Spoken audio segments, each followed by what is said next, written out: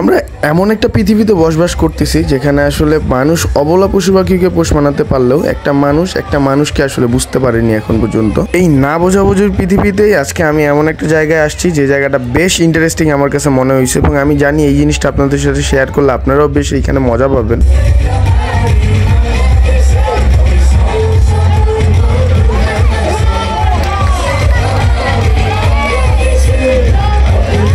So আজকে আমি আসছি প্রাণী সম্পদ মন্ত্রণালয় কর্তৃক আয়োজিত প্রাণী সম্পদ মেলা 2024। এখানে আসলে এটা প্রদর্শনীর ব্যাপার আছে। এখানে মূলত প্রাণী সম্পদ মন্ত্রণালয় এক সপ্তাহের একটা প্রাণী সম্পদ প্রদর্শনীর ব্যবস্থা করছে, এবং দেশের বিভিন্ন স্থান থেকেও খামারিরা আসছে। তারা বিভিন্ন ধরনের পশু পাখি প্রাণী সম্পদ যে জিনিসগুলো রয়েছে এবং নতুন নতুন উদ্যোক্তা তৈরির লক্ষ্য নিয়ে তারা এখানে বিভিন্ন ধরনের স্টল দিয়েছেন, এবং তাদের সাথে আগত যে পশু পাখি রয়েছে সেগুলোকে বিভিন্ন ধরনের খেলা বা কসরত দেখিয়ে এখানে মানুষজনদেরকে আনন্দ দিচ্ছেন। এবং আপনারা এখন যে জায়গাটা দেখতে পাচ্ছেন এটা হলো একটা র্যাম শো, এবং এইটা হলো আগারগাঁও যে পুরাতন বাণিজ্য মেলার মাঠ রয়েছে সেই পুরাতন বাণিজ্য মেলার মাঠে এই প্রাণী সম্পদ মেলাটা আয়োজিত হয়েছে।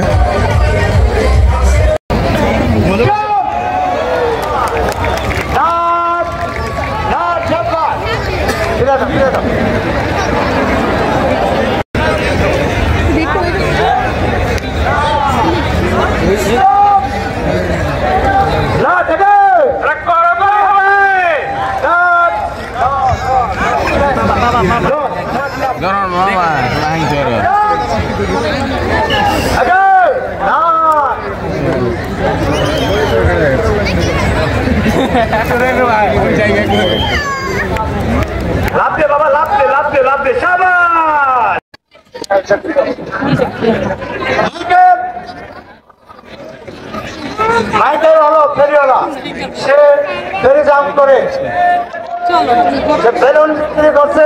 আপনাদের যদি কারো সত্তরে একটা বেলুন কিনতে পারেন।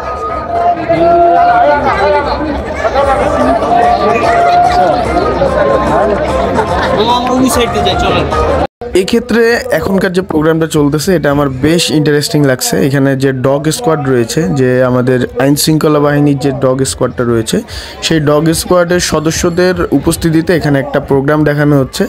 এখানে মূলত দেখানো হচ্ছে যে একটা ছিনতাইকারীর কবলে পড়লে আসলে একটা কুকুর কিভাবে আপনাকে সাহায্য করবে। তো সেই বিষয়টা আসলে এখানে তারা দর্শকদের উদ্দেশ্যে দেখানোর চেষ্টা করেছে, এবং আপনারা এখন সেটাই দেখতে পাচ্ছেন।